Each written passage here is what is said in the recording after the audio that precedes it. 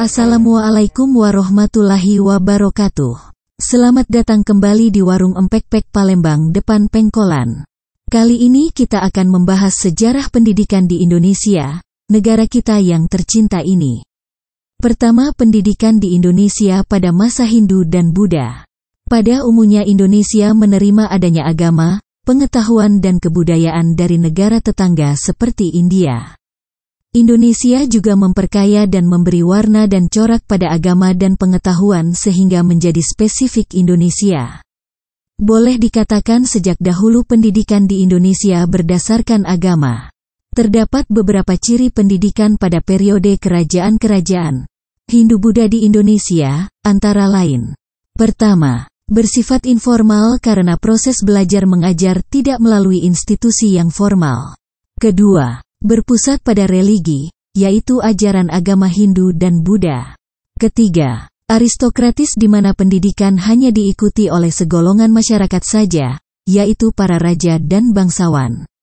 Kaum bangsawan biasanya mengundang guru untuk mengajar anak-anaknya di istana, di samping ada juga yang mengutus anak-anaknya yang pergi belajar ke guru-guru tertentu.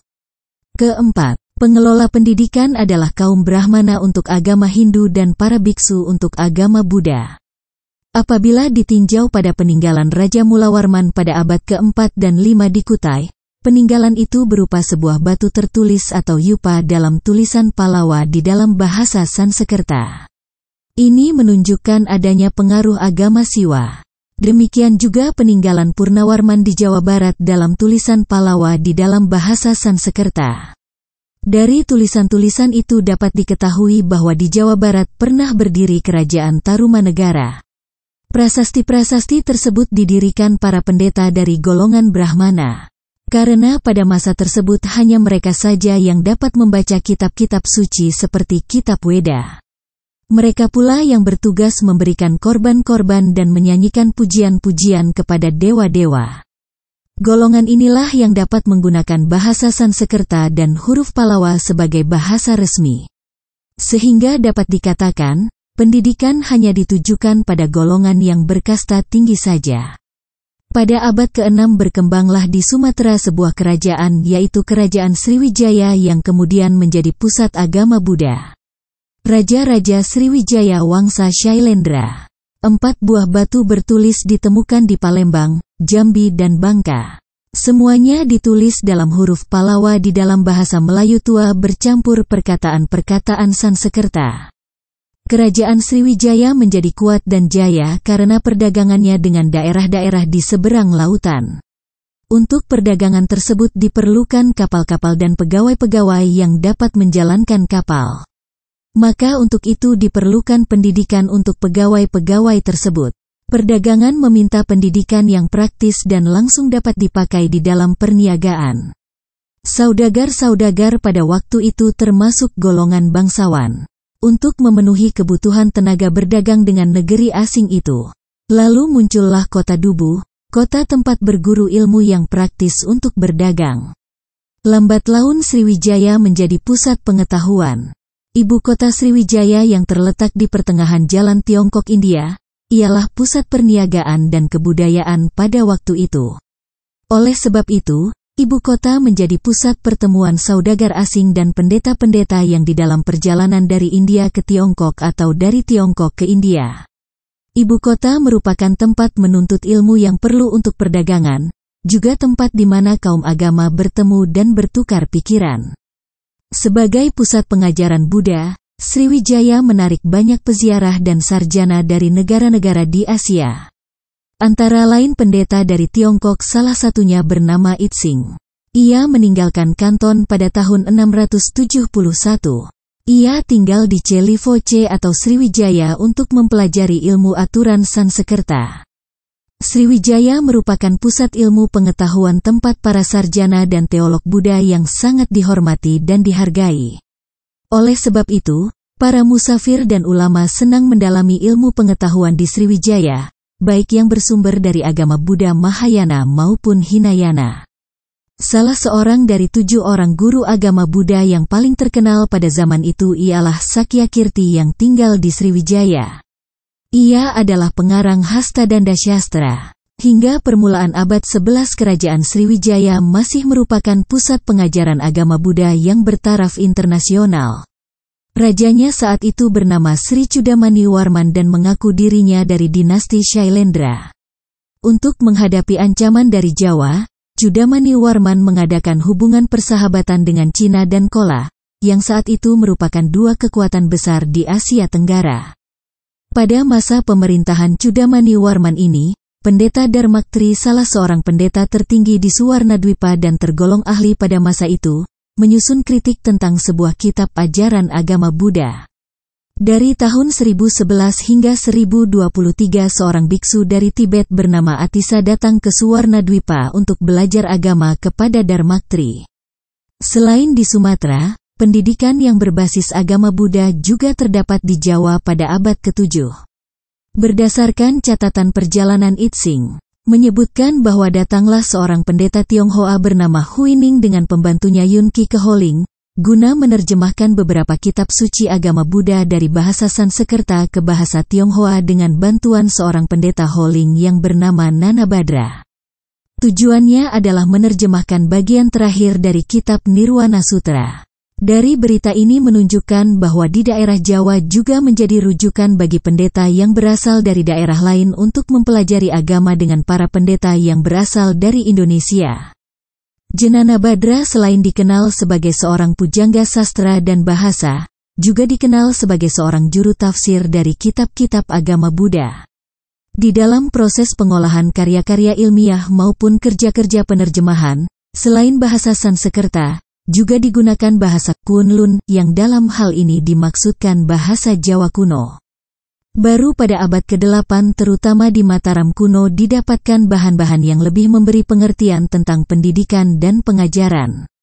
Di Candi Borobudur terlihat lukisan yang menggambarkan suatu sekolah seperti pada waktu sekarang. Di tengah-tengah pendapa besar seorang Brahmana duduk dilingkari oleh murid-murid, semua membawa buku. Mereka belajar membaca dan menulis. Murid-murid tinggal bersama-sama dengan Brahmana dalam suatu rumah. Para siswa di samping belajar juga bekerja. Buku-buku para siswa terdiri dari daun lontar seperti di Museum Bali. Buku-buku inilah yang memberi bukti bahwa bangsa kita pada waktu itu telah pandai membaca bahasa Sanskerta. Huruf yang dipakai adalah huruf Jawa kuno. Dasar pendidikan dan pengajaran adalah agama Buddha atau Brahma. Kesimpulan ini dapat diambil dari adanya agama Buddha atau Brahma di Jawa Tengah, tepatnya di Borobudur. Berhubung dengan perkembangan pendidikan dan pengajaran di Mataram kuno ini, berita dari Tiongkok mengatakan bahwa sebelum Sanjaya telah ada kebudayaan Hindu, Mataram pada waktu itu belum mencapai puncak kekuasaan. Ada sekolah seorang raja putri dan suatu sekolah agama Buddha yang dipimpin oleh orang Jawa bernama Nanabhadra yang terkenal di seluruh dunia. Agama Buddha yang diajarkan adalah agama Buddha Hinayana. Agama Buddha Mahayana baru dalam abad ke-8. Selain pengajaran agama di dalam buku-buku Weda dan Upanishad, mungkin sekali para siswa mempelajari kepustakaan Hindu seperti Mahabharata dan Ramayana. Terbukti dari relief Candi Prambanan dihias dengan riwayat Sri Rama dengan lengkap. Berdasarkan hal-hal di atas kita dapat membayangkan pelajaran-pelajaran yang diberikan oleh para Brahmana kepada para siswa, yaitu 1. Agama Buddha dan Brahma. 2. Kepustakaan Mahabharata dan Ramayana. 3. Filsafat dan etika. 4. Kesenian bangunan, lukisan dan pahat. 5. Ketuhanan. 6. Kenegaraan. 7. Ilmu bangunan candi-candi. 8. Ilmu pasti dan ilmu alam, yang memungkinkan diadakannya perhitungan-perhitungan mengenai pembangunan candi-candi. Pendidikan pada waktu itu telah teratur dengan baik dan pendidikan pada waktu itu mengutamakan budi pekerti dan kesusilaan. Di bawah pimpinan Sanjaya, Mataram mengalami kemakmuran. Tidak ada tindak kriminal. Dalam zaman itu kepustakaan Jawa kuno telah berkembang. Menurut Dr. Stutterheim, Candi Sari dan Plaosan mungkin sekali merupakan tempat penyimpanan buku-buku suci. Seorang guru bernama Wicawamitra yang juga merupakan seorang Brahmana, keahliannya tentang sastra sangat tinggi. Dia memberi pelajaran di sekolah rendah. Pada zaman Raja Airlangga, kebudayaan mendapat perhatian pada masa itu.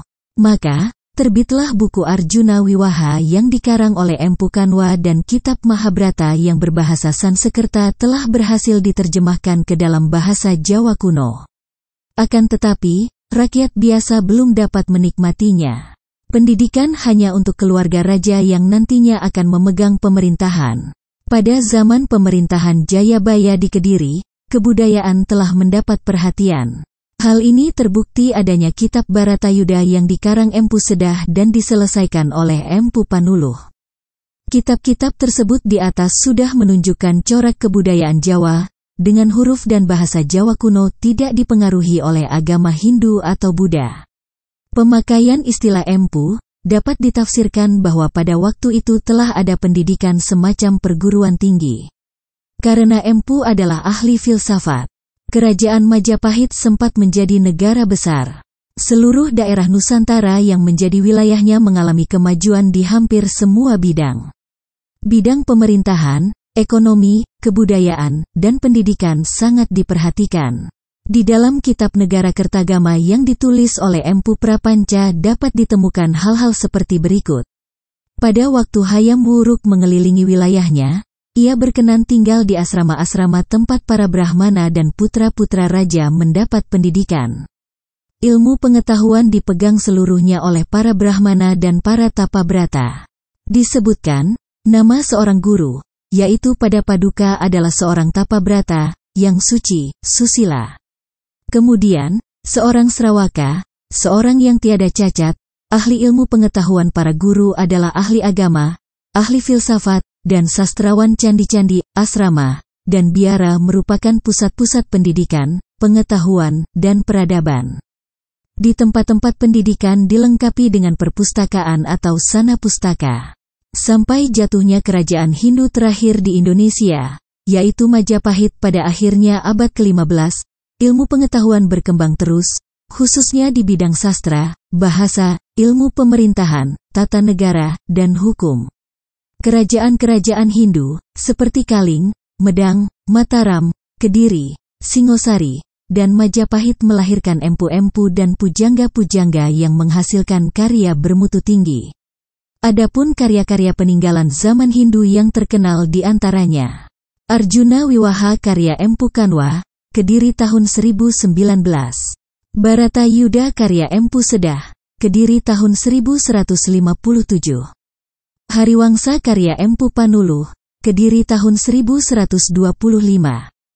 Gatotkaca karya Empu Panuluh, Kediri tahun 1125. Smaradahana karya Empu Darmaja, Kediri tahun 1125. Arjuna Wijaya karya Empu Tantular, Majapahit tahun-tahun 1331 sampai tahun 1389. Sutasoma karya Empu Tantular, Majapahit tahun-tahun 1331 sampai tahun 1389. Pararaton yang merupakan karya sejarah sejak berdirinya Kediri. Negara Kertagama atau sejarah pembentukan negara karya Empu Prapanca. Karya lainnya Empu Prapanca adalah Tahun Saka, Parwasagara, Bismacaranantia, Sugata Parwa. Di zaman kerajaan Majapahit pada saat Raja-Raja Nagara berkuasa, diupayakan kebijakan sang raja terdapat 3 kepercayaan rakyat pada saat itu, yaitu agama Shiva, Buddha, dan Brahma. Ketiga agama tersebut dikelola dengan baik dengan pembagian wilayah tanah dan hidupnya secara damai. Pendeta Shiva diserahi menjaga tempat ziarah dan pemujaan. Sedangkan pendeta Buddha, Prapanca, diserahi menjaga asrama dan biara Buddha. Menteri Haji diserahi menjaga asrama para resi dan melindungi para pendeta Brahma. Sistem pendidikan tinggi telah digambarkan pada keadaan sekitar abad ke-4 sampai dengan abad ke-8. Pada abad-abad terakhir menjelang jatuhnya kerajaan Hindu di Indonesia, sistem pendidikan tidak lagi dijalankan secara besar-besaran, tetapi dilakukan oleh ulama guru kepada siswa dalam jumlah terbatas di padepokan. Di padepokan tersebut, siswa selain diajarkan ilmu pengetahuan yang bersifat umum, juga diajarkan pula ilmu-ilmu yang bersifat spiritual religius. Selain itu, Mereka harus bekerja memenuhi kebutuhan hidup sehari-hari. Padepokan merupakan tempat menggembleng, melatih kanuragaan, melatih bela diri, melatih ilmu pemerintahan, melatih ilmu kebudayaan dan kesenian, bermasyarakat, dan mengatur pola hubungan manusia dengan alam sekitarnya. Padepokan dapat didirikan oleh kerajaan untuk mempersiapkan kader yang kelak ikut dalam birokrasi kerajaan. Ada juga padepokan yang didirikan oleh intelektual bebas yang tak mau dikekang oleh suatu pemerintahan dan mendirikan padepokan yang tujuannya untuk mentransformasikan keilmuan yang dimilikinya. Pemimpin padepokan tersebut disebut resi atau begawan. Sementara murid-murid yang belajar di padepokan tersebut dinamakan cantrik. Setiap padepokan memiliki kekhususan ilmu yang diajarkan. Ada padepokan khusus untuk ilmu kanuragaan atau bela diri, padepokan untuk kesusastraan, padepokan khusus ilmu pemerintahan, atau juga mencakup semuanya. Jadi dapat disimpulkan bahwa pendidikan di zaman kerajaan-kerajaan Hindu dan Buddha diarahkan pada kesempurnaan pribadi dalam hal agama, kekebalan dan kekuatan fisik, keterampilan, dan keahlian memainkan senjata dan menunggang kuda untuk kalangan atas.